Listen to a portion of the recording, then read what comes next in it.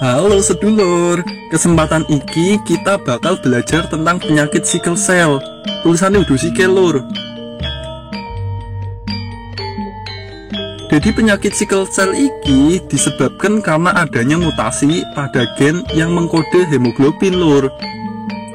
Nah, sing jenenge hemoglobin yaiku protein yang ada di eritrosit yang fungsinya untuk mengangkut oksigen lur. Hemoglobin iki disusun oleh 4 polipeptida, yaitu 2 polipeptida alfa dan 2 polipeptida beta. Nah, gen yang mengkode polipeptida beta normalnya yo koyo ngene iki lur.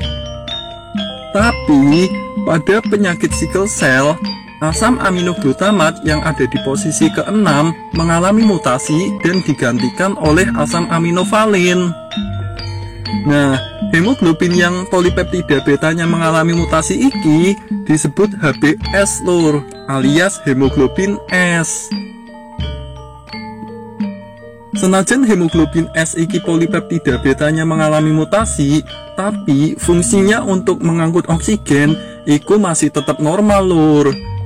Tapi sayang, ketika oksigen yang diangkut iku lepas dari HbS atau disebut mengalami deoksigenasi, hemoglobin iki bakal saling berhubungan satu sama lain pada polipeptida betanya atau disebut terpolimerisasi atau bahasa Jawane dempet-dempetan lur. Makanya kadar oksigen yang adekuat di darah sangat penting bagi pasien sickle cell. Nah, hemoglobin sing dempet-dempetan iki akan membuat eritrosit berubah bentuk jadi memanjang seperti bulan sabit lur.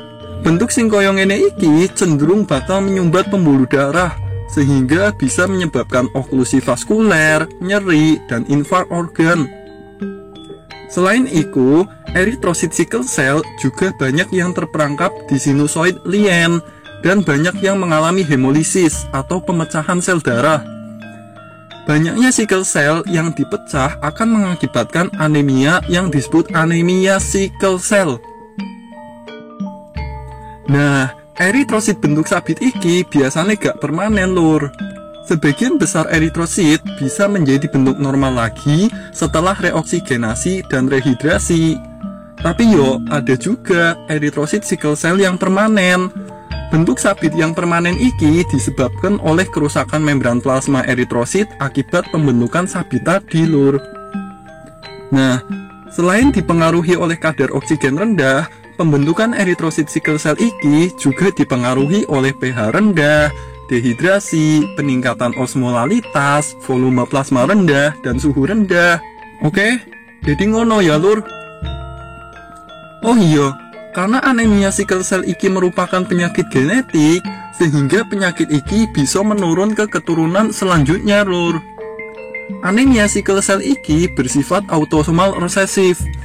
Artinya, bisa terjadi kalau kedua orang tuanya sama-sama memiliki gen resesif sickle cell iki lur. Nah, piye misale cuma salah satu orang tua saja yang mewarisi gen sickle cell iki? Nah, penjelasannya bisa dilihat di tabel berikut ini lur. Diwaca lan dipahami dhewe yo. Hahaha.